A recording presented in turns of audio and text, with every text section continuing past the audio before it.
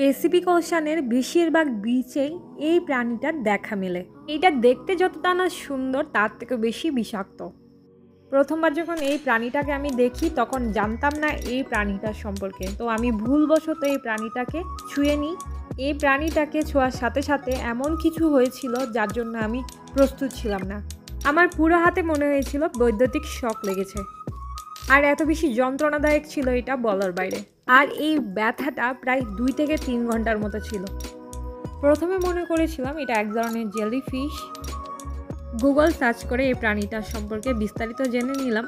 প্রথমে যেটা আমাকে অবাক করেছে এই প্রাণীটার অদ্ভুত একটা নাম, পর্তুগিজ ম্যান ওভার। এই প্রাণীটার যদি অন্য কোনো নাম আপনাদের জানা থাকে বা আপনাদের এর সম্পর্কে কোনো অভিজ্ঞতা থাকে তাহলে আমাকে কমেন্ট বক্সে জানাতে পারেন।